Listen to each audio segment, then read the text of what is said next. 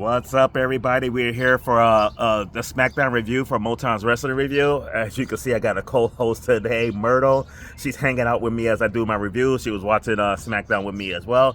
Myrtle really actually loves wrestling and everything. So she loves wrestling, she loves SmackDown, and she wanted to hang out and hear what I hear about my review. Some of my views and opinions that I'm sharing on my review, Myrtle did express some of the same views and everything. So you're not only getting my take on SmackDown, you're also getting Myrtle's take. After I do my SmackDown review, I will probably mention who I'm picking in Money in the Bank as I do the SmackDown review, because the SmackDown show was basically a setup for Money in the Bank later on tonight. But I'm still going to give my predictions for the 4 matches after I finish the review and everything. But before we start with SmackDown and everything, I want to send thoughts and prayers to the Nature Boy Ric Flair, the greatest of all time. Woo! Ric Flair is battling skin cancer for the 2nd time and everything. He starts treatment this week and everything. And whether you love Ric Flair like I do or you don't love Ric Flair, nobody deserves to go through what he's going through and everything. And definitely wishing him a speedy recovery. Now, SmackDown kicks off with the Dangerous Alliance. Seth freaking Rollins, Braun Breaker, Bronson Reed, and the GOAT of managers, Paul Heyman. Everybody was out there singing Seth Rollins' song. Everybody loves Seth till the music stopped. And then when the music stopped, what did we hear? CM Punk, CM Punk, CM Punk. Seth was cutting a pretty decent promo and everything, talking about how they're burying people that goes against them, like Sami Zayn and CM Punk. But then out comes Solo Sikoa with his faction. Of course, that's Matanza from Lucha Underground, JC Mateo, and all gas, no brakes, Jacob Fatu. Good back and forth between Solo and Seth. I mean, I really kind of enjoyed that a lot and everything. Solo held his own. Actually got some good ones in on Seth freaking Rollins though. So definitely enjoyed that. And then of course they teasing like they're teasing them the two factions facing off against each other, but also kind of heading towards Jacob Fatu might be turning on Solo. So definitely good segment and everything, which led to Jimmy Uso coming out. And Solo wants to get Jimmy back with him and everything, try to because they are blood and everything. So and Jimmy could use something help. I mean, Jimmy's kind of on an island on his own and everything. I'm not saying he needs to go with Solo, but he needs some help. But then we have Jimmy Uso versus Matanza, or JC Mattel. I was pretty impressed with JC Mattel in this match. I mean, he's fucking phenomenal. But JC Mattel hit Jimmy. I don't know why I'm pointing at. JC Mattel hit Jimmy Uso. When Jimmy Uso was on the top rope, he jumped up and drop kicked him off the ropes, which was pretty impressive. Jimmy hit the whisper in the wind, and they call it the Uso in the wind. Like, don't. I don't need to stop that. It's the whisper in the wind. Uso in the wind just sounds stupid as fuck. Solo tried to get involved in the match and everything, but it backfired. Jimmy Uso rolls up JC Mattel and gets the win. And then it kind of teases a lot of tension between JC and Fatu. And, of course, Fatu with Solo. The match itself, though, I thought was pretty decent. It was good to see Jimmy get a win. I really thought he was going to take the L, but he didn't. I gave the match a B-. Our next match is a Bakersfield Brawl, so no DQ in this match. You got Piper Niven versus the U.S. champion Zelina Vega. And Vega hits Piper with a powerbomb off the ropes, which was pretty impressive. I was pretty shocked that the little bitty girl was able to do that to this big woman. But Alba Fire came in and made the save. She pulled her out the ring. Green starts beating on Vega. And then Piper yells to her. Piper had a Bubba Ray moment because she was like, "Get the table!" So Julia came out to help even the odds and help out the U.S. champion Zelina Vega. And then Vega puts Piper through the table, the Slim Jim table, because apparently now they're sponsoring tables. Well, all the money you guys are making on these sponsors and everything and all the stuff you're doing, can you make these tickets a little bit more reasonable, please? You're making money hand over fist, so help out the fans. The real wrestling fans that watch your product that can't afford these outrageous ticket prices that you're charging. But anyway, Zelina put her through the table, get the 1, 2, 3. Julia raises Zelina's hand, and then Julia turns on Zelina Vega, which I thought was pretty cool because when she came out and saved Zelina Vega, I'm just like, so when did Julia turn face? And then I got my answer. She didn't turn face. She's still as heel as she wants to be. But good match overall. I gave this match a B-. Jay, Cody, and Jimmy were in the back, basically talking about the upcoming promo with Cena and Logan Paul. Went to hear what they had to say. Jimmy called Jay the Yeet Man, which is kind of funny because if you guys remember, the person that started the Yeet was Jimmy Uso. Jay took that from Jimmy and fucking made a name of him for herself. I'm sorry, Jay, that you lost your Yeet to your twin brother. But if you're gonna lose it, might as well lose it to your twin. I just wanted to point out that Jimmy did start it. Actually, Bobby from the Feature Focus podcast, when he started it, I actually got him in the Yeet shirt because Bobby was yeeting before Jay was eating. Out comes LA Knight and cuts a promo in the ring about Money in the Bank. And then Aleister Black comes out for their match. Aleister Black versus LA Knight. Yeah! Really good match and everything. It's kind of nice to see Aleister Black taking on somebody other than Miz or Carmelo Hayes. And maybe somebody else could take a black mask other than them his. Good back and forth between them two. But then Seth Rollins came out, interfered in the match because these guys are in Money in the Bank, did a curse stomp on, LA Knight's in the Money in the Bank, did a curse stomp on LA Knight. And then Black comes in and tried to get the save. Stopped him from doing another curb stomp. And then as Aleister Black sticking his nose in the business that's not his, Seth Rollins backing up. And then out comes Big Bron Breakker. Aleister Black turns, gets hit by a spear. LA Knight gets a spear. You get a spear. You get a spear. The Raw guys are just laid out these two guys. So overall, good match and everything. It was a screw job finish with it ended with a DQ thanks to Seth freaking Rollins. But I gave the match overall a B. Then we have a backstage segment with the two GMs discussing King of the Ring. King of the Ring is going to start up shortly and everything. They're going to have some fatal four-ways at the time. 4 different fatal four-ways to determine the final four. Then we're going to have the semifinals and the finals.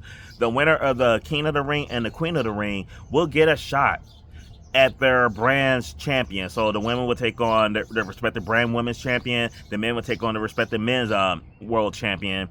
And that's going to happen at SummerSlam and everything, though. So I like the fact that they're doing this. I like the fact that the King and Queen of the Rings are going to get title shots at SummerSlam because it makes this a lot more meaningful. And you know that if these people are going to be main eventing SummerSlam, we're going to have some legit competition and some big stars winning this. So definitely looking forward to that. But guess what time it is, guys? It's titty time. And no, I'm not talking about my girl. I'm talking about Tiffany Stratton coming out. Tiffany Stratton comes out and, looking good as ever. Y'all know I would put it on Tiffany Stratton like this. But she was talking about how she seized the moment. She was the youngest Money in the Bank winner ever for the women. And when she won the women's Money in the Bank, that made her the it girl. And she ain't never lied. She ain't never lied. Because Tiffany Stratton puts the it in tits. That's for goddamn sure. While she's out there talking and everything about Money in the Bank, out comes Mommy in the Bank. Rhea Ripley. Because Mommy's always on top. And oh my God. Oh my God. Oh my God, I had to rise out of this one. You talking about Titty Time and Mommy in the ring together? Made Motown a happy daddy. Then comes out Stephanie Vaquer and all them cakes that she got. Whoever booked this, thank you. Thank you. Thank you. Because I would put all of them like does. But basically, but she came out getting ready for the 6 woman tag match and everything that's featuring all 6 women that are in the women's Money in the Bank. So we got Rhea Ripley, Stephanie Vaquer, and Alexa Bliss, 5 Feet of Fury, taking on Naomi, Roxanne Perez, and Julia. Stephanie went for the devil's kiss on Julia, but Julia countered and got out of it, in which case everybody just started booing. Pissed the fans off big time. But that's okay, though. That's okay. You know why it's okay? Because Stephanie Vaquer, well, actually, first, Naomi teased hitting Stephanie with the devil's kiss, which was a nice view, but that didn't happen. The one that got the devil's kiss was Naomi. That was my moment of the night. Naomi taking devil's kiss. Oh my God. My former co-host from the Future Focus of Wrestling show, Marcus, had to be having a raging rise for that moment right there. To see like his girl and all them cakes. I mean, between Naomi and Stephanie Vaquer and that devil's kiss, man, made me miss Calumet Bakery with cakes like that. And Roxanne Perez later on in the match went to tag in Naomi. Naomi jumped off a ring apron, leaving Roxanne Perez in the ring by herself. She took the slam for Rhea Ripley, and Rhea Ripley bent those legs and pinned her, much like I pin my girl sometimes. Gets the 1, 2, 3. Oh my God. Oh my God. This was damn near my match of the night. Damn near my match of the night. I gave this match an A-. Absolutely love this match. And it's funny because on the Motown's Wrestling group on Facebook, we have a SmackDown thread. And Troy said that he loves short, crazy women. When anybody that met my girlfriend, no, my 5 feet are crazy. No, I love crazy women too. She's a cross between crazy and titty time. But I love my little short, crazy woman to death. So I'm right there with you, Troy. I love short, crazy women too. And Elroy mentioned that Stephanie got some hips on her, and goddamn, Stephanie Vaquer definitely got some hips on her. Got some childbearing hips, but that's for goddamn sure. Then we go to the backstage segment with JC Mattel, I'm sorry, and Solo Sikoa. JC questioned if Solo could trust Jacob Fatu. Solo said, of course he can, no, because Jacob loves him. But he also says that he's dumb as fuck. All gas, no brains. Man. And then they walk off, and then you see Jacob comes walking out, looking at them, and watching them leave and everything. So he heard everything they had to say. That breakup is coming very, very soon. Our next match is American Made versus Penta and Andrade. And Penta and Andrade, of course, are going to be in the Money in the Bank. Which, this is not a prediction, this is a spoiler. The now divorced Andrade from Charlotte Flair is definitely not winning Money in the Bank. Man, you should try to save your marriage, that's for goddamn sure. But Penta comes out doing his cool ass Penta walk, and they even pointed out like how cool would the announcer pointed out how cool would the walk be if he has the Money in the Bank briefcase, even though he's not my pick either. I would love for Penta to win it, but that's not my pick. You'll hear who my pick is a little bit later. But the match itself was really, really good. I enjoyed this tag team match a lot and everything.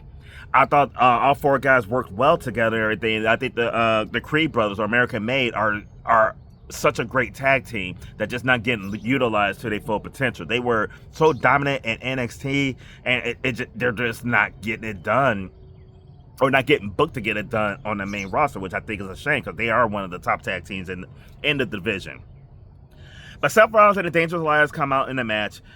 Man, we've seen a lot of a lot of these Raw guys on SmackDown and everything. I mean, they invade SmackDown and just dominate the show, which is crazy. But I gave the match an A. This was my match of the night. I thought they did a phenomenal job as a team. I love the back and forth with these two teams. They worked really well together and everything. This was by far my match of the night. Seth Rollins did some more talking and everything, cut another promo, hyping up Money in the Bank and everything. And I will discuss who I think is winning later, as I said a couple times already. And now we come to the final segment of SmackDown. Cody Rhodes and Jey Uso from SmackDown. I mean, from Raw. They're out there basically getting ready for their match tonight, against Logan Paul and John Cena.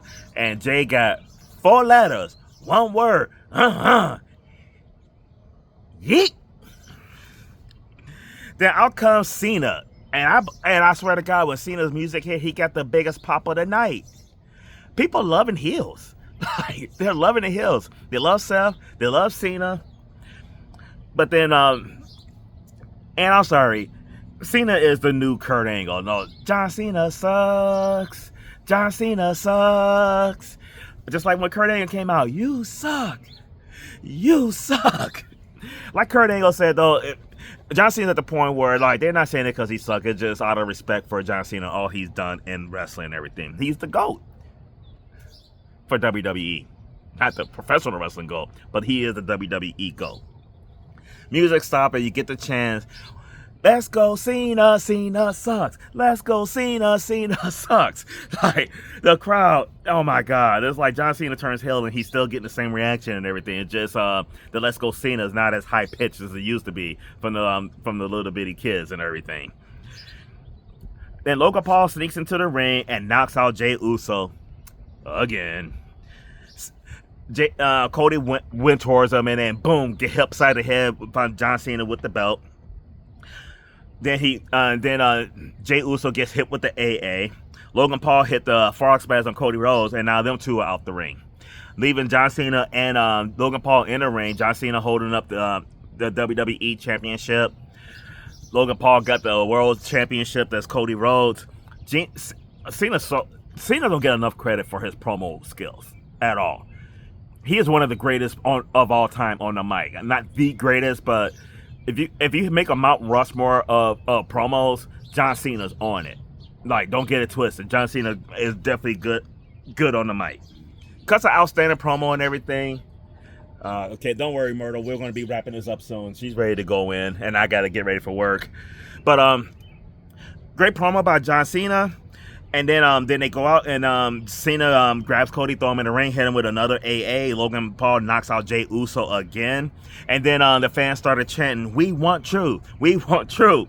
John Cena says, "You can't handle the truth." Called the fans hypocrite for chanting truth and called them pathetic liars. John Cena was on one today, which was good. That's how the show ended with them, and I thought it was a perfect way to end. I thought the show did really good for getting you ready for Money in the Bank. And my Money in the Bank prediction, I'm going to run through this real quick because Myrtle's ready to go. Lara Valkyria is going to beat Becky Lynch. Please. Please. Look at that tail wagging. Please. I'm predicting John Cena and Logan Paul to beat Cody Rhodes and Jey Uso. And I'm predicting Cena's going to pin Cody. I know that might be a shock, but that's what I'm thinking. Women's Money in the Bank, I'm not picking Mommy, even though Mommy's always on top, and Daddy loves when she's on top. But Stephanie Vaquer is going to shock the world. I think Stephanie Vaquer is going to win the Women's Money in the Bank. And Seth doesn't need men's Money in the Bank, so he's not my pick as well. I would love to see the Penta to win the Money in the Bank, but it's not going to happen. My pick for the men's Money in the Bank, and this is his last shot. This is his last shot. He's got to win Money in the Bank. L.A. Knight. Yeah!